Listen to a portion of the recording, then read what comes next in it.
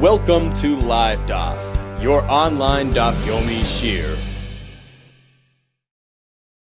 Shalom and welcome back to today's Daf Yomi, Shabbos Daf Tezayin. We're on Tezvav Amud Beis, the last line. It says the Gemara, Ela Me'ata. Now the Gemara taught us that the Chachamim imposed the halachos of Tumah v'Tahara on kleis chuchis, on glassware. Although in the Torah we don't find any mention of glassware incurring Tumah v'Tahara. Nevertheless, the Chachamim made a gzeira that the halachos should apply to glassware as well.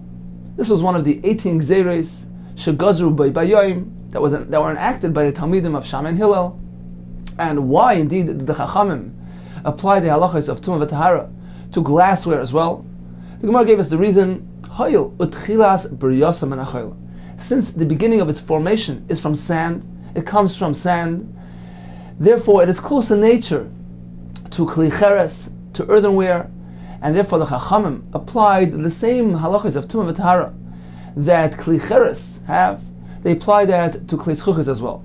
The Gemara told us that what follows this svara, since kleis chuchis are put into the same category as klei cheres, that the halachos of klei cheres will apply to klei chuchis as well. For instance, just as klei cheres cannot be immersed in a mikveh, if a klei cheres becomes tummy, the only way to be matayirit is by breaking it, by rendering it unfit for use. Similarly, kleis chuchis are in the same category. You can't be toivel, can't immerse a kleis chuchis in a mikveh if it becomes tummy. You need to break it, shvirasan metarasan. You need to perforate it, make it unfit for use, and nullify its keli status, its vessel status, and by doing so, it becomes tar. Says the Gemara, Ela me'ata, if so, that kleis chuchis were put into the same category as klei cheres with regards to the halachas of Tumah. If so, why don't we apply the other halacha of klei cheres to kleis chuchis as well? For instance, Ela me'ata lo yiletamu migavan. It shouldn't become tummy from the outside, just as a klei cheres cannot be mekabel tumah, cannot contract tumah from the outside of the kli. It can only be mekabel tumah from the inside, from the interior of the kli. We learn from the pasuk that the only way a kli cheres will become tummy if the tumah, for instance, the sheretz, the dead mouse or lizard, falls into the interior of the kli cheres. But if it merely touches the flat surface on the outside of the kli cheres, migabon, it doesn't become tummy. Says the Gemara, why don't we apply the same principle, the same concept to kleis chuchis as well? Since kleis chuchis are put into the same category as klei cheres. And we know that's not so. The kleis chuchis does not have this stipulation, does not have this exemption. It could even be mekabel tumah from the outside. Again, elamiyata, l'tamu migaban, alom. If so, why did we learn in the Mishnah that teaches us otherwise, that kleis chuchis indeed can be mekabel tumah migaban? Says the Mishnah, klei cheres u klei neser, earthenware, and the klei neser, which is some similar type of earthenware, as she says, it's from a light-colored earth, min adama levana, some white earth. So the Mishnah tells us that these two things, tumas and shava, they are on equal status, on equal footing, regarding hilchas tumah. For instance, mitamin, they can both be makabel tumah, they can receive tumah, umetamin, and they can transfer tumah to something else, me avirein, via their airspace. They don't even need to come into contact with the item in order for them to become tamei or to transfer tumah to something else. For instance, if a sheretz is lowered into their airspace, that already transfers tumah to the kli itself. The airspace is a conduit to transfer tumah both ways. If something tar comes into the avir of a klei cheres, to the interior airspace of a klei cheres, which is tamei, so the klei cheres, which is tamei, transfers its tumah via its airspace to this item that is lowered into its airspace. So once again, mitamin, it can be mekabel, can receive tumah, umitamin, it can transfer tumah to something else through via this conduit of mei avirein, its interior airspace, the avir of its teich. What else?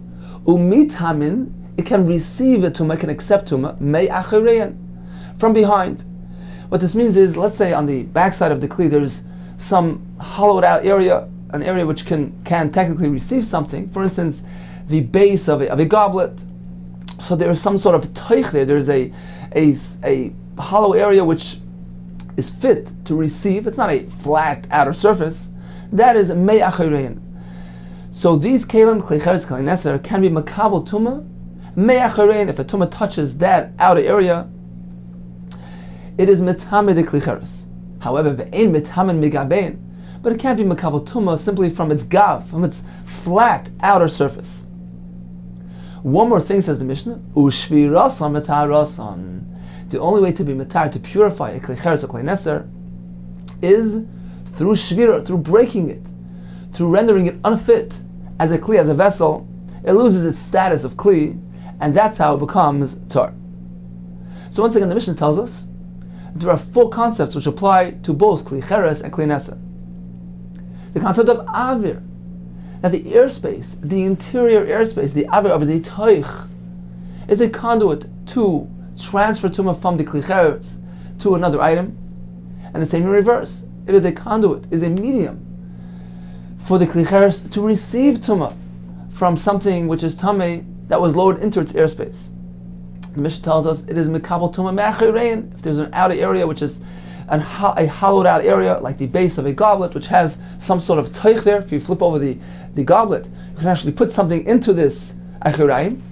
So if something touches that achiraim, it is metame de kli, but not through migabon, not merely the flat outer surface of the kli. That is called the gav, the back of the kli, and you cannot transfer tuma into the kli via the gav.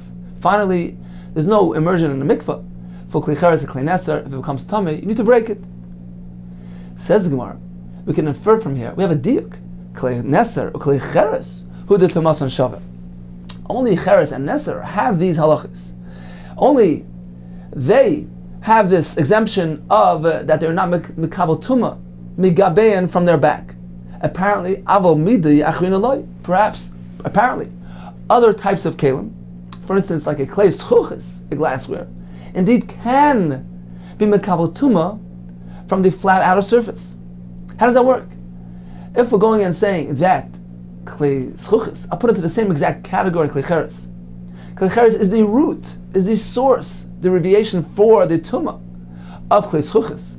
So why don't we put klei schuchis entirely into the category of klei cheres and let it have all the halachas of klei cheres? And why do we find this discrepancy that klei cheres is not mikabel tuma from the flat outer surface, from the gav, and regarding klei schuchis, apparently it is mikabel tuma migabe? Says the Gemara, Amri. So they said as follows: indeed, klei schuchis is close in nature to klei cheres. It is created, is formed from the sand. Therefore, it has the same halachas as klei cheres. It's mikabel tuma. It cannot be put into a mikveh. However, says the Gemara, let's keep in mind that klei schuchis is also close in nature to other types of kelim. How is that? Amri, says the Gemara, the answer as follows: Kiva and dechinishtabru yesh lam takana. Since we find something unique by klei schuchis, unlike klei cheres. For instance, if a klei schuchis breaks, we can take the shards of glass and crush it, remelt it, and reform it, recreate with it a new kli. We can recycle it. And that way it is very different than klei cheres, which once it breaks, it's unfit for use. It's goodbye. So, since we find that klei schuchis is close in nature to other kelim, for instance, it's like a kli matchis, it's like a metalware. Why? Because it can be recycled. The material, the chomer of the klei schuchis, can be reformed afterwards and recreated into a new kli. If so, says the Gemara, since it has some similarities to klei matchis, which also has that type of nature, a metalware, a kli made of metal, you can go ahead and reform it, reshape it. Therefore, shavinu kekli matchis. Therefore, the Chachamim, they compared it. They applied some halachas of kli matchis as well. So it's interesting that klei schuchis carries both elements. It contains similarities to both types of kelim. It's close in nature to klei cheres, and therefore it has some halachas of klei cheres. Number one, it can become tamei. Number two, you can't immerse it in the mikveh. At the same token, says the Gemara, it also is close in nature to klei matchis, because unlike klei cheres, which once it breaks, it's gone. It's not It's not. We can't recycle it any longer.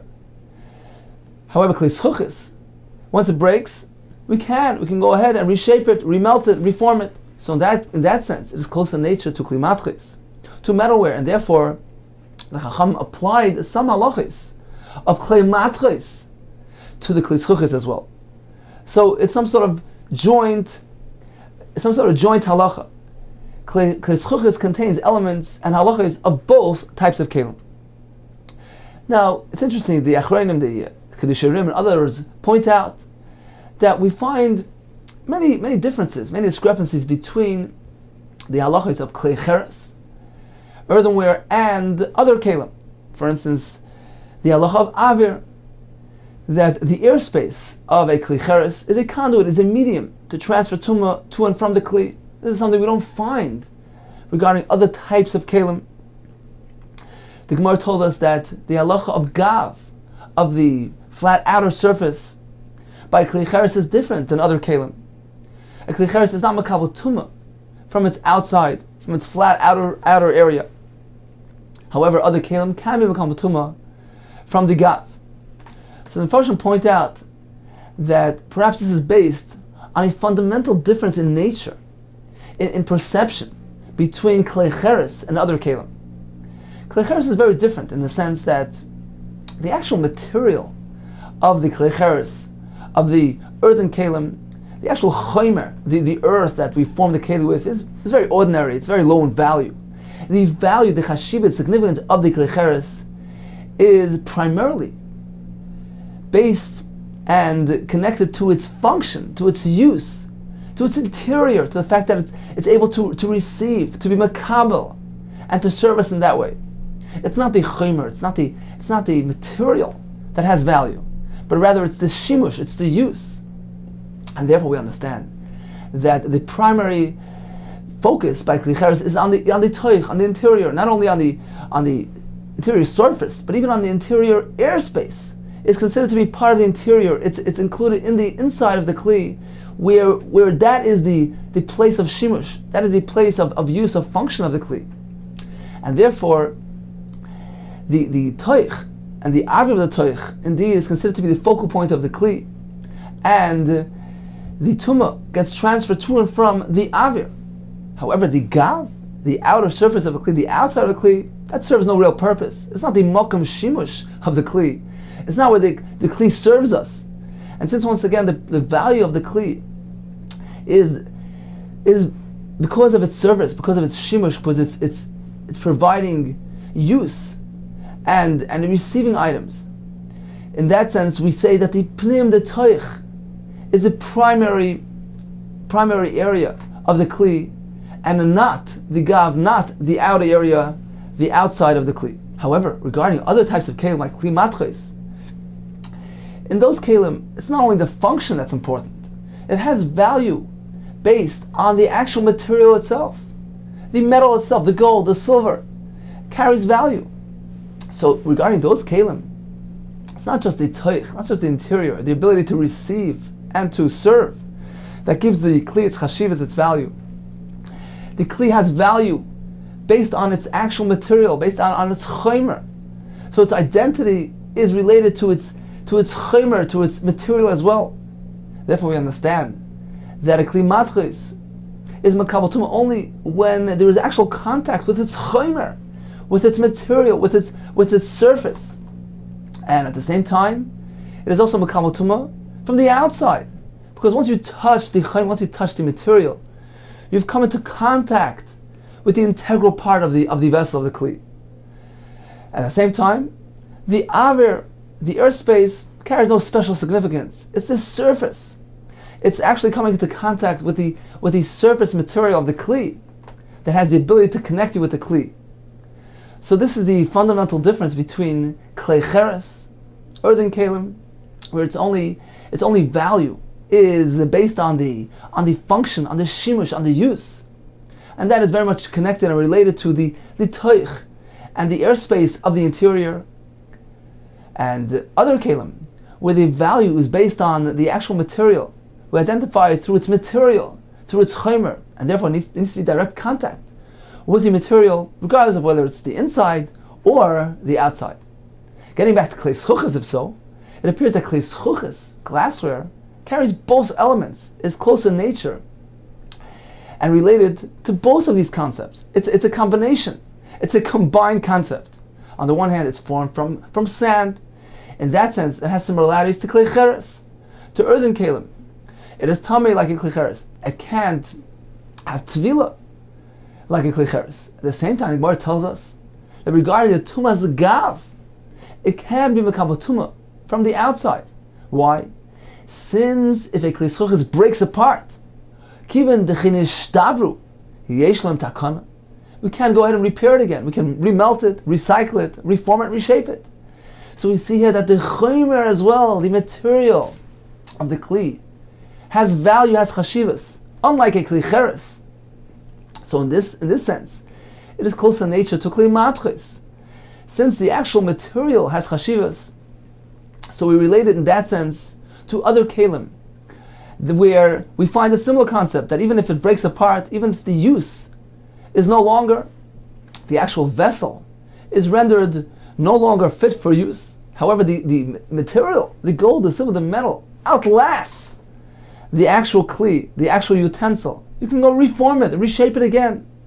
So it's the material of the kli that has the value, that has the significance, that has the identity here, and therefore the klei zchuches as well is connected to that, connected to this halacha, and it has this element as well, and therefore when the klei zchuches becomes tamei migaboy, and indeed is mekabel tuma migaboy, as long as the tuma touches its surface, even if it's on the outside, which is not the ikr makom of its tashmish, not the ikr place where it functions mainly on the inside.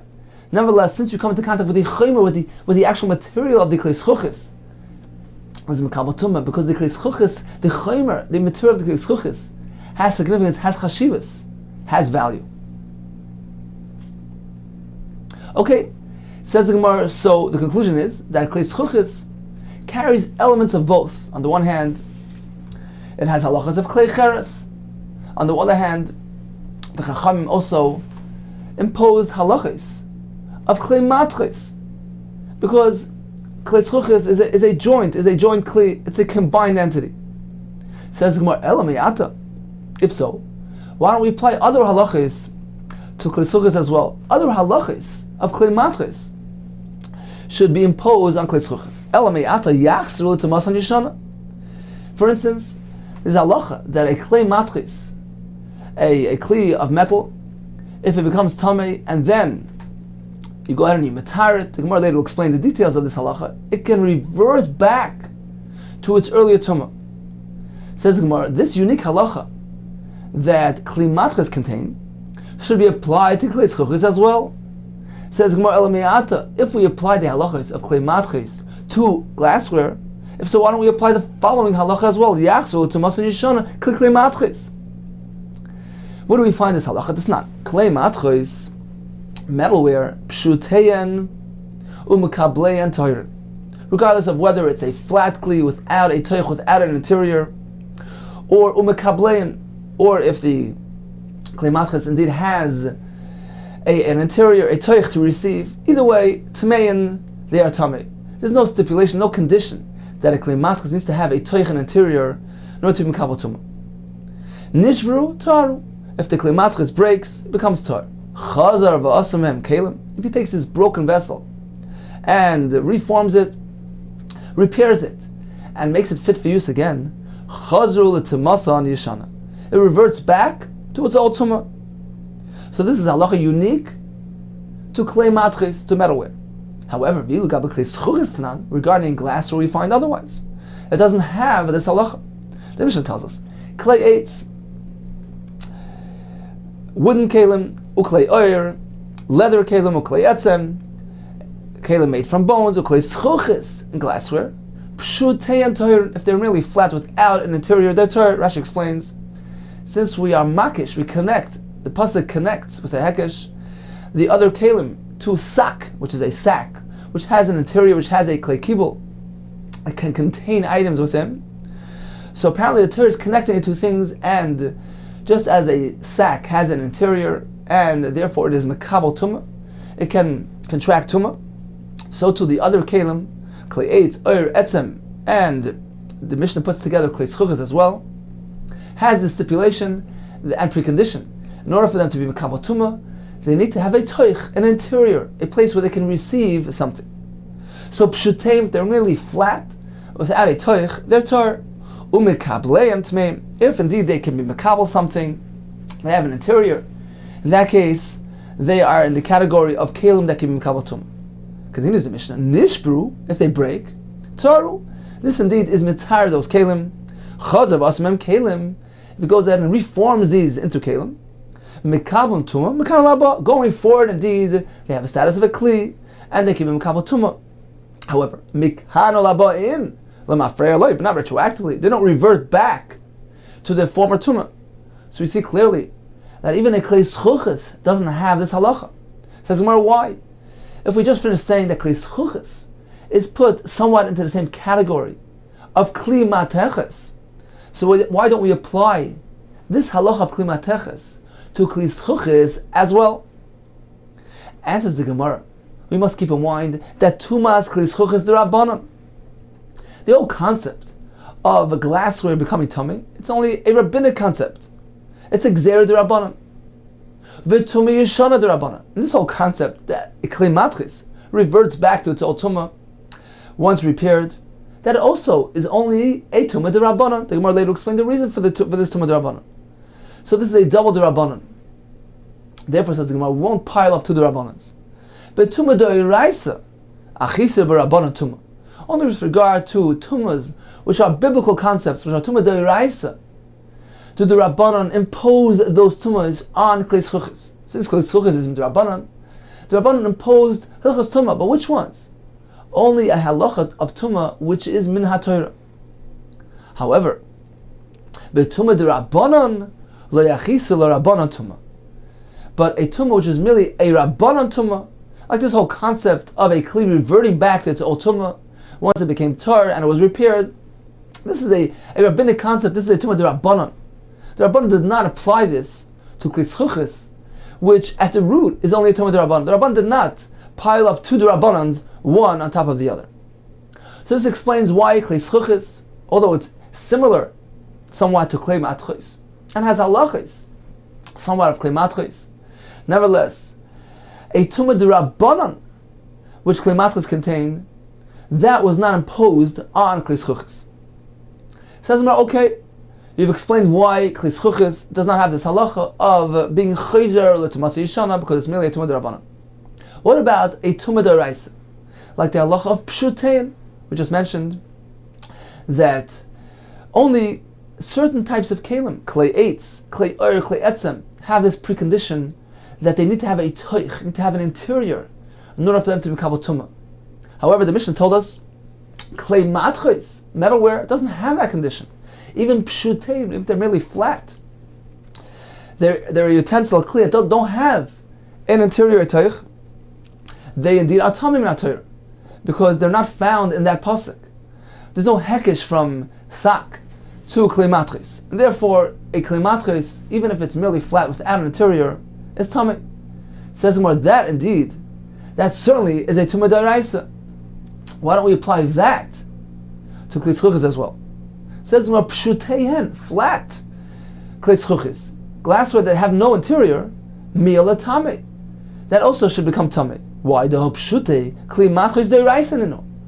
This halacha that kli matchis are tamei even when they are pashat with no interior, that certainly is a din d'Oraisa. So here we find a tumah d'Oraisa that kli matchis have, and nevertheless we don't apply it to klei schuchas. Why is that the case? Why do we say in the Mishnah that a klei schuchas, which is a pashat, which doesn't have an interior, it is tar? Why don't we apply this halacha that we find in kli matchis to klei schuchas as well?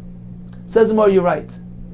However, of the Rabbanan hekera, the Chachamim wanted to make a deviation, a heker, something to call attention to the unique status of klei schuchas, to declare that klei schuchas is only a tumah d'Rabbanan. That the whole concept that glassware becomes tamei, that's only a gzera d'Rabbanan. but it is not a din Torah. Therefore, the Rabbanim wanted to make some sort of a deviation. They gave Kli Zchuchis an exemption, and did not apply this halacha of pshutim to Kli Zchuchis. Why did they do so? Why was it so important to make a heker? Says the Gemara, Ki hechi, so that the lo lisrif alayu truma v'kachim, so that the public would not erroneously conclude that Kli Zchuchis is tamei min haTorah. And for instance, if it comes into contact with truma or kachim, you need to burn the truma v'kachim. But it's not the case. In reality, since Kli Zchuchis is only tamei midrabanan, there's no truma min haTorah in Kli Zchuchis. Since it's only midrabanan, we're not meant to burn truma v'kachim as a result of a truma d'Rabbanan. Rashi points out, we never burn truma as a consequence of a truma d'Rabbanan, except for those 6 sfeikas mentioned in Daf Tesvav. Those are exceptions. Apparently, the Rabbanan held those scenarios on a very high standard, and they applied the halacha of Torah. They consider it to be a definite tumah, like a tumah not Torah, and therefore sreifa indeed does take place as a consequence, as a result of those 6 tumahs. However, generally speaking, with regard to other tumahs midrabanan, we never go ahead and burn truma v'kachim as a result of that tumah. So therefore, the Gemara explains to us that the Chacham wanted to call attention to that discrepancy between other tumahs min haTorah and the tumahs Kli Zchuchis, the glassware tumah, which is merely a tumah midrabanan, acted as a gzeira from the Yudches Gzeiros. And therefore the Chacham exempted Kli Zchuchis from this particular halacha. And therefore they said that a Kli Zchuchis, which is flat, which is pashut, which doesn't have a teichen interior, is indeed tar, although theoretically speaking, it would have made sense to say that it was tamei, because since Kli Zchuchis is compared to Kli Matchis, and Kli Matchis is tamei when it's a pashut, so that halacha should apply to Kli Zchuchis as well. However, the Rabbanan exempted Kli Zchuchis from this stringency to call attention to its unique status, to its lenient status, that it's merely a midrabanan. So in summary, Kli Zchuchis have some similarities to Kli Cheres. It is tamei like a Kli Cheres. It cannot be immersed in a mikveh like a Kli Cheres. However, the Gemara added that since Kli Zchuchis is also close in nature, it has some elements similar to a Kli Matchis. If it breaks apart, you can reform it. The glass itself has value, has significance beyond the actual vessel, the use of the vessel. It's the chaymer, it's the material that also has value. Therefore, its identity doesn't just lie in its use, but also in its inherent value of its material. And therefore, in that sense, it's close in nature to Kli Matchis, and we impose some halachas of Kli Matchis as well. For instance, just as a Kli Matchis is mikabel tumah from the outside, migaboy, Kli Zchuchis as well. The Gemara concluded, however, that we only apply to Kli Zchuchis a tumah which is a biblical tumah, a tumah d'oraisa. But for instance, the tumah of yachzor to masan yeshana, to revert back to its old tumah when it breaks apart and it's repaired, that we don't do, because that's merely a tumah d'Rabbanan. The Gemara concluded as well that the halacha of pshutim is not applied here. The Rabbanan wanted to make some sort of exception to show that Kli Zchuchis is merely a tumah d'Rabbanan. Continues the Gemara. Rav Ashi Amar.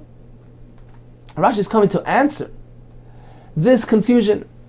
On the one hand, we say that Kli Zchuchis has tumah because it is formed from sand and is close in nature to Kli Cheres. What follows is that it can't be immersed in a mikveh like Kli Cheres. The Gemara, however, asked a kasha. The Gemara asked a few kashas. Why don't we apply the halacha of Gabay? Why don't we compare it to Kli Cheres? Just like Kli Cheres is not makabel tumah Gabay, Kli Zchuchis as well should not be makabel tumah through the outside of the Kli. The Gemara as well asked, what about the halacha of yachzor to masan yeshana? What about the halacha of pshuteim?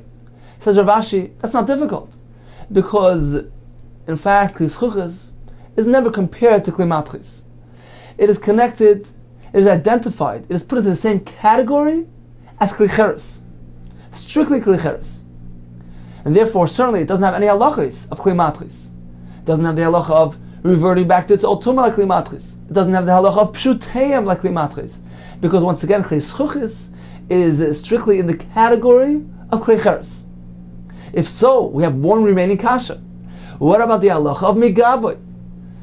Why don't we say, just like klicheres is not mekabel tumah migaboy, klischuchas as well should not be mekabel tumah from the outer surface? Here's more inside. Rav Ashi Amar la'olam, in truth, klicheres damu. Klischuchas is entirely connected and put into the same category as klicheres, and therefore it doesn't have any elements, any halachis of klimatchis. It doesn't have tumah yeshana. It doesn't have the halacha of pshutim tmeim. So we addressed all that. We have one remaining kasha. What about your initial question? If they are connected and identified with klicheres, so just like klicheres is not mekabel tumah from the outside, from the gav, klischuchas as well should not be mekabel tumah migavan. Says Rav Ashi, I'll address that question. The answer is as follows: Hoyel v'nire toichay kivari. Because klischuchas, unlike klicheres, glassware is see-through, it's transparent. One takes a look at it from the outside, he sees straight through it. There's no clear differentiation between the interior and the exterior. It looks like all one big thing. There's no hefsek, there's no clear delineation between the inside and the outside. Therefore, says Rashi, lo ychoshev gav elotoich. Therefore, it has no concept of gav. Since you can see right through it, we don't say that this is the outside and that's the inside. It's not clearly marked, and therefore the whole entire kli has one big status. It's not considered like this is gav and that's toich. It's all one halacha, and there is no concept of gav at all by klei schuchas. So once again, according to Rav Ashi, klei schuchas is entirely connected and identifies with klicheres. However, with regarding to the halacha of gaboy, klei schuchas is different because one sees right through it, and there's no real heker to differentiate between toicha and gaboy. It all looks like one big kli, and therefore it has no halacha of gaboy, and has no exemption of gaboy, and it can become a tumah, whether from within or whether from on the outside. So, in summary, the halacha of klei schuchas, the Chachamim applied exera and imposed the halachas of tumah to glassware. Why is that? So we have two approaches in the Gemara. The first approach in the Gemara was that indeed a klei schuchas is a composite between the halachas of klicheres and klimatchis. It has similarities to both. On the one hand, it is close in nature to klicheres because it is briyasei minachoil. It is created from sand, and therefore it is tamei like a klicheres. It has no tahara b'mikvah like a klicheres. The Gemara proceeded and told us, at the same time, it is also close in nature to metalware. Why is that? Because just like klei matchis, when it breaks, you can reform it, reshape it. The actual material has value. Similarly, glassware, even after it breaks, you can remelt it and reshape it. So in that sense, it's close to klei matchis, and therefore, it has halachis similar to klei matchis. On the one hand, it's not mitame or mitame, me'aver. It cannot be received or transferred tumah through its airspace. In this sense, it's close, it's identified with klei matchis. It doesn't have the concept of avir, unlike klicheres, where the avir serves as a medium for transferring tumah. The Gemara told us it's also mitame migaboy. It also receives tumah from the outside, similar to klei matchis.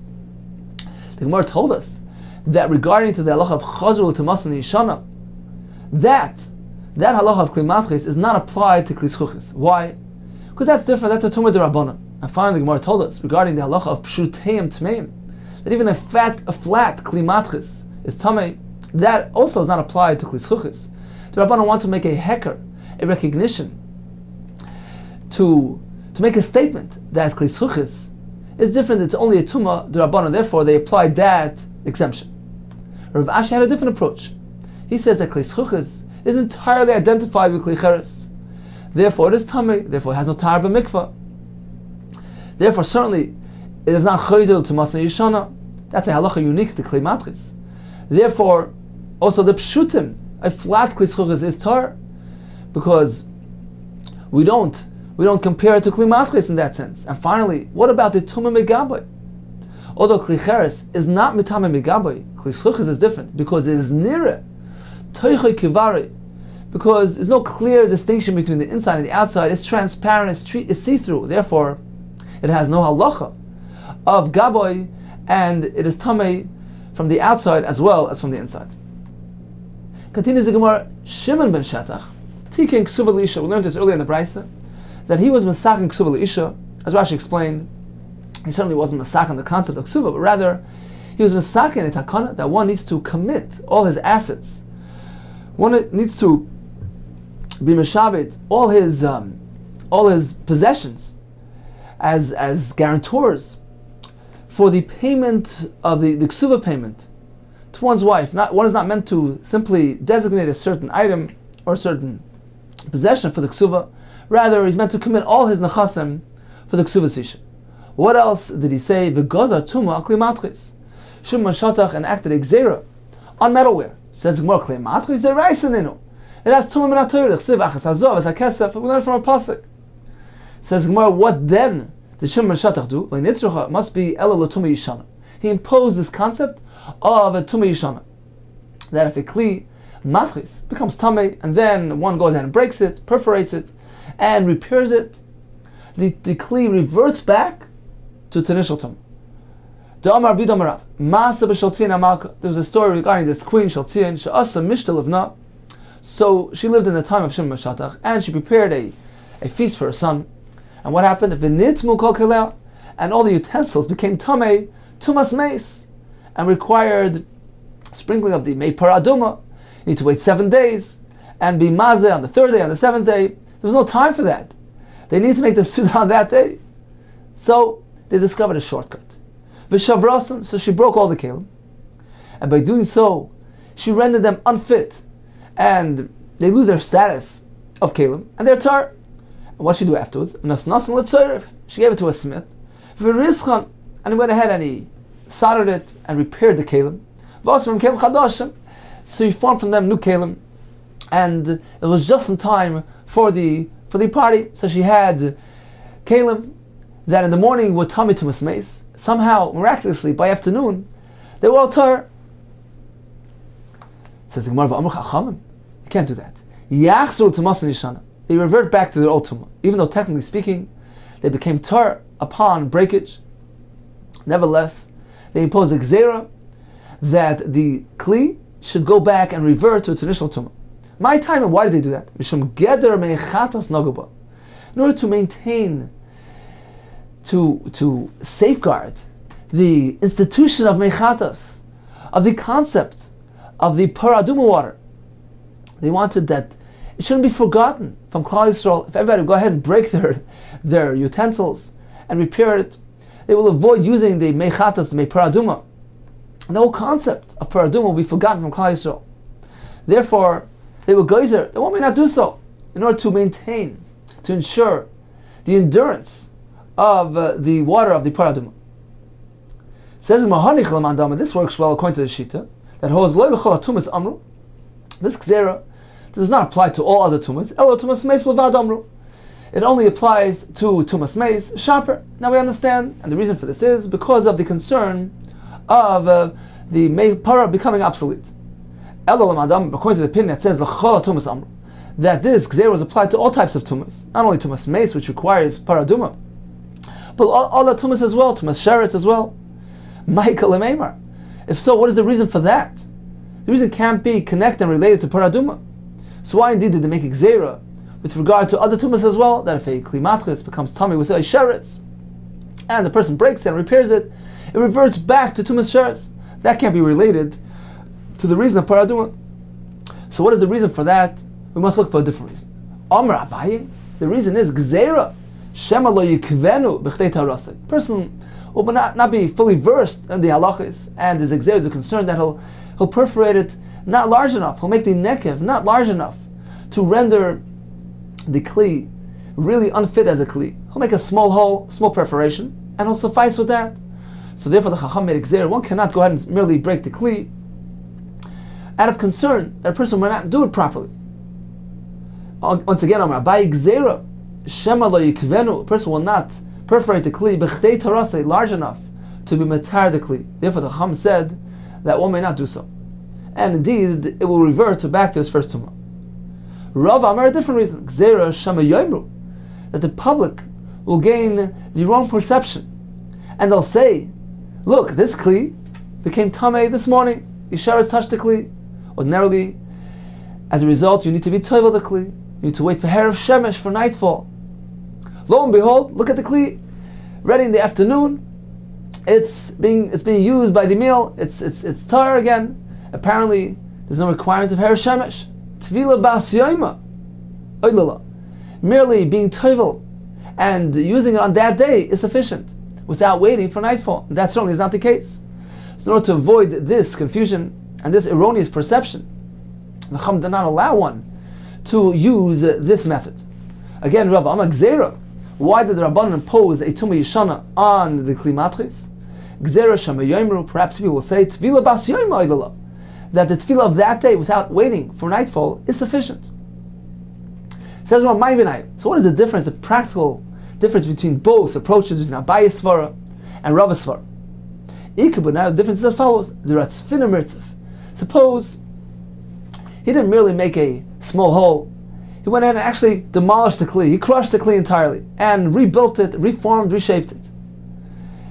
So there will be enough community here. According to Abaye, the Gzeira will still apply, because we're still concerned that perhaps the next person, or the next time, he won't do such a good job. And he'll merely make a small hole, which is not sufficient to nullify the status of the Kli. Therefore the Chachamim employs a blanket, Gzeira, that anytime a person breaks the Kli and repairs it, it reverts back to its old tumah. However, Rav's approach, that the problem is the erroneous public perception. People may think that Tvila Bas Yoima Oila, that if you merely take a Kli and you toivel it without waiting for nightfall, that is sufficient. That concern doesn't apply in this case, because everybody will see it's a brand new Kli. They'll see it was newly formed, newly designed. Since it was entirely demolished, entirely crushed up, and reformed anew, it's pretty obvious that is the basis for Tahara. There's no room for the public getting the wrong, erroneous perception. So in summary, we have halacha of Klei Matris that broke and were repaired. They revert back, they go back to their initial tumah, to Tumah Yishana. Why? So the Gemara told us, if we're speaking about Tumas Meis, then we have a simple approach. The Chacham were concerned that Meichatas will become obsolete. People will stop using the Meichatas of the Paraduma. Therefore the Chacham disallowed this practice. According to the Shita, that this concept applies not only to Tumas Meis, but also to Tumas Sheretz. Why did the Rabbanan enact this Gzeira? We have two reasons. Abaye says, we're concerned that the person will not be learned enough, will not know how to properly break his Kli. Shama lo yikvenu. Rava says, the concern is because of the public, that they shouldn't get their erroneous perception that one may simply be toivel a Kli and use it on that day without Herav Shemesh.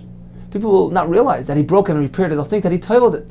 And one may use a Kli as a result of Tvila without even waiting for Herav Shemesh. Now, one more question to be resolved here. Why specifically Kli Matris? Why is this Gzeira only applicable to metalware, not other Kalim? So the Rush says, the reason is because it is much easier, more convenient for a person to break and to repair metalware. You break it and then you send it to the smith to solder it and repair it in that way. It's convenient, it's easy. It's different than other Kalim, where certainly it's more difficult to go ahead and to break and repair afterwards. Therefore, Chacham concerned, this is something which people have a tendency to do, and therefore they apply the Gzeira strictly to metalware, to Kli Matris. Says the Gemara, okay, so we have a partial list of the 18 Gzeiros enacted by the Talmidim of Shammai v'Hillel. What is another one of those Gzeiros? Ve'idach mahi. Says the Gemara, we learned in the Mishnah, this is not hameniach kelim tachas hatzinar. One places utensils, kelim under the pipe, under the eave trough, l'kabel behem megsham, to receive, to collect in them rainwater. Echad kelim g'doilim, whether we're speaking about large size kelim, ve'echad kelim k'tanim, or even small kelim. The Mishnah will tell us that the water that's collected in these kelim are considered to have been drawn in a kli, have the halacha of mayim shu'uvin, and if they're poured into a mikveh, they can invalidate the mikveh. So this halacha applies whether the kli is a kli gadol, a large size kli. Tosfos points out, even if it's too large to be makabel tumah, nevertheless it's considered to be a kli with regard to the halacha of ma'im shuvim. V'echad kelim ktanim, even if they're very small kelim. Rashi points out, perhaps I would think it's not chashav, they're very insignificant. Nevertheless, they're considered to have a status of a kli, and the water in them is ma'im shuvim. Continues the Mishnah, even kelim that don't become tamei, afilu klei avanim, even stoneware, klei adama, kelim made from adama, from earth, uklei glalim. Some say this means marble or waste from animals. So these kelim don't have the halachas of tumah. They're not makabel tumah. Nevertheless, with regards to this context, they have a status of a kli, and water within them is considered to be drawn water in a vessel, ma'im shuvim, and indeed says the Mishnah, paisel and samikv. Continues the Mishnah, echad hamaniach, whether he intentionally placed the kli under the tzinar to collect rainwater, v'echad hashechech, or even if he forgot it there. The rain that gets collected into this kli is considered to be ma'im shuvim. Divrei Beis Shammai, ubeis Hillel me'atar m'sheichayach. Beis Hillel say, if he intentionally placed it there, then certainly the water collected is considered to be ma'im shuvim. But if he forgot it there, he inadvertently left it there, in that case, there's no din of ma'im shuvim on the water contained in this kli. Amar Meir, indeed, nimnu, they took count, v'rabu Beis Shammai al Beis Hillel. So this is one of those 18 gzeros. They took count. There was a machlekes.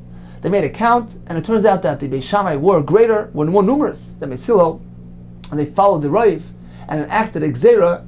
And this was one of those 18 gzeros that even if you forgot a kli under the pipe, the water collected has the din of ma'im shuvim and is placed on some mikveh.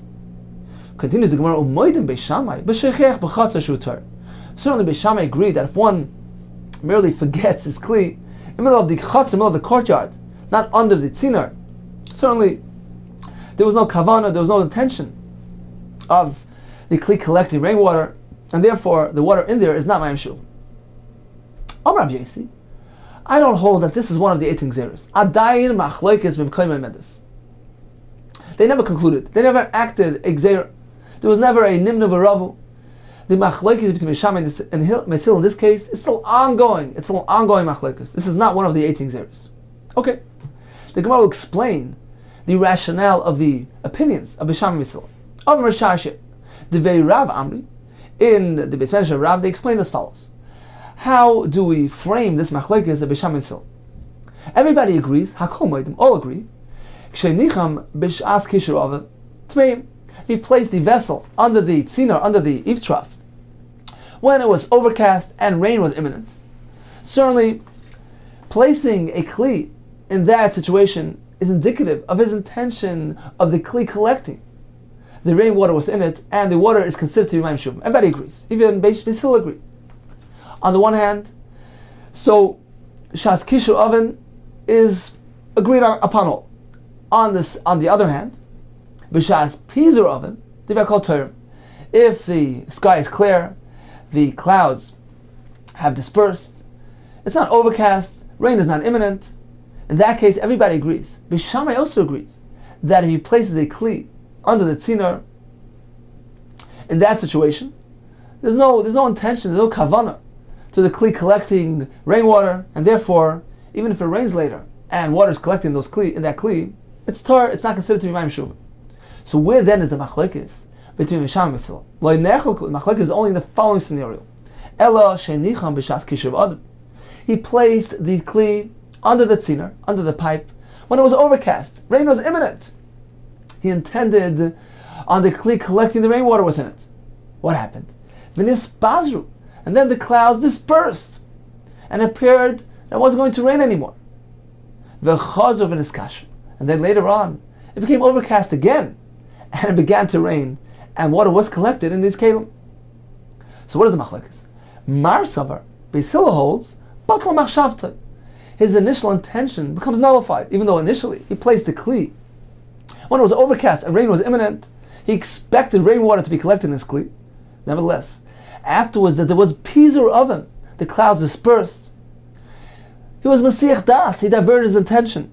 He figured it's probably not going to rain anymore, and therefore it's considered to be a nullification of his initial intention, and therefore even if it starts raining again, is not considered to be a realization and an actualization of an initial intention, and therefore it is not considered to be Mayim She'uvim.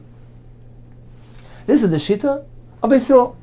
U'Marsav Beis Shammai holds, Lo Yibatel Machshavtoi.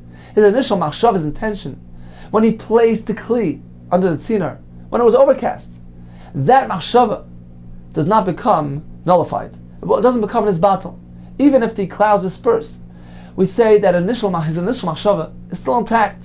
And when it becomes overcast again, and it begins to rain, and rain and water collects in this kli, we consider this to be as a realization, as an actualization of his initial machshava, to indeed have this kli collect rainwater within it. And therefore, it's considered to be Mayim Shuvim.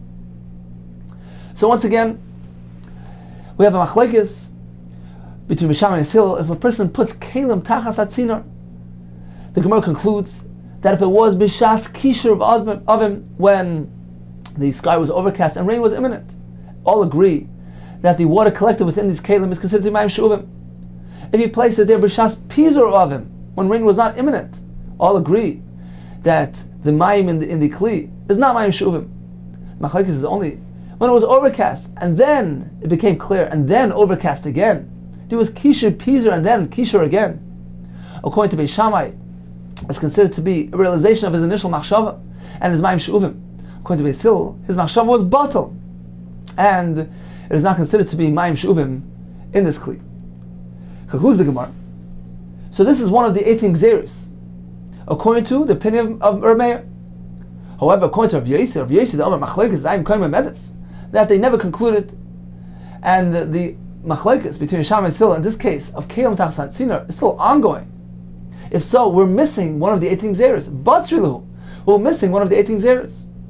Says Gemara, we'll find another one to replace it. Amar Nachmar Yitzchak. The other gzera is Af, Benois Kusim, daughters of Kusim, of this sect of Kusim, Nidais Marisasan by B'yem Gazru. Chamu Geyser enacted a tumah on the Benois Kusim, even if they're very young, they're merely in the cradle. They have a din of Nidais. Why is that? The Kusim were a group of people who converted, and their gerus was questionable, and certainly they did not observe many halachas of the Torah, meticulously, including the halacha of Nida, that we learn from the pasuk that even a Isha who is 1 day old can become Tamei B'Nida if she sees Dam. The Kusim did not observe this aspect of Hilchas Nida, and therefore the Chachamim applied a Gzeira. They imposed Tumah on even a small girl of Kusim for concern that she might be a Nida. And since they didn't observe this halacha regarding these small girls, therefore we need to treat them all as Tmeis. So once again, Af B'Nois Kusim, Nidais marry Sasam, that they have a status of Nida, even 1 day old, from the cradle. So this Gzeira was Boy B'Yem Gazru, was enacted on that day, and therefore according to Rav Yossi, this will substitute the Gzeira of Kelim Tachas Atzinar. Perhaps let's take a quick overview of today's daf, and go back to the halacha, once again, of Kles Chuchis, that the Chachamim went ahead and made a Gzeira on glassware.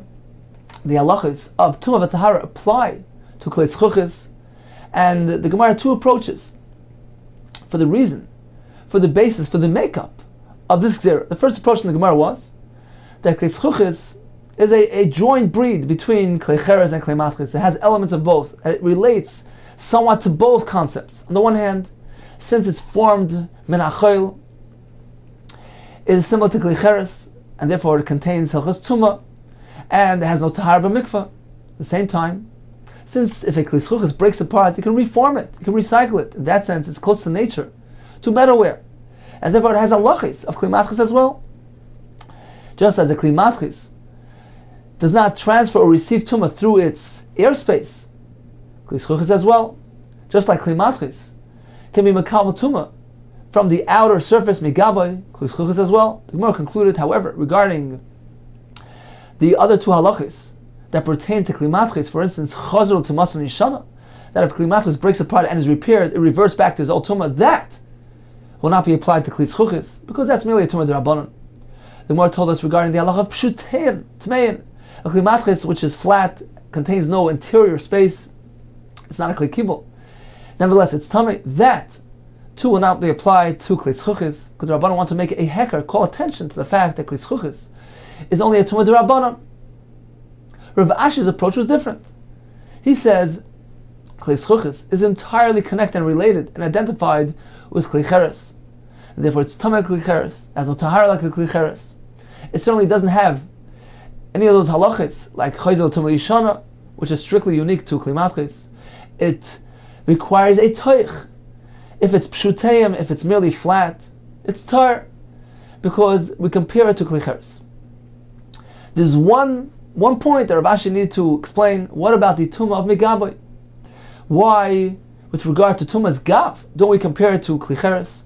A Kli Cheres cannot be Mekabel Tumah from the outside, and a Kli Zchuchis could. Says Rav Ashi, the difference is because Kli Zchuchis is near a Teicha Kivari, that we can see straight through it. It is transparent, it is see-through. Therefore, Rav Ashi maintains that it doesn't have the concept of differentiating between the inside and the outside. The whole concept of Gaba is only when it is clearly differentiated. There's a clear distinction between the inside and the outside. The Gemara explained the halach of Tumah Yishana, the Chamed Gzera, that if a Kli Matchis, as the Mepharshim explained, since it's easy to break and repair, so we're concerned that perhaps the whole concept of paraduma will become obsolete and forgotten. So Chachamim applied a Tumah Yishana, that if one goes and breaks and repairs the Kli Matchis that became Tamei through a mace, it reverts back to its old Tumah. He didn't get anything. What about Tumah's Sheretz? Says Abaye, there too we're concerned that he might not break it far enough. Rava says, we're concerned about an erroneous public perception. People will think that a tefillah without Harav Shemesh is sufficient, and therefore the Chachamim declared the Kli Matchis, which was broken and repaired, reverts back to its old Tumah. Finally, the Gemara told us that another one of the Yuchas Gzeris is a person who puts a Kli under the tzina, under the pipe to collect rainwater. So if he put it there when it was overcast, and the clouds dispersed, and then it became overcast again and rained into the Kli, this is one of the 18 Gzeris that we consider the water contained within the Kli as Mayim She'uvim. According to Rav Yosi, no, the Machlekes is still ongoing. It never concluded in a Gzera. However, according to Rav Yosi, we must substitute this Gzera with the Gzera of B'nois Kusim, that the Chacham applied a Tumah to B'nois Kusim, even young, even 1 day old, even Mary Susan, even when they're in their cradle, for concern that they might already be Tamei Nida.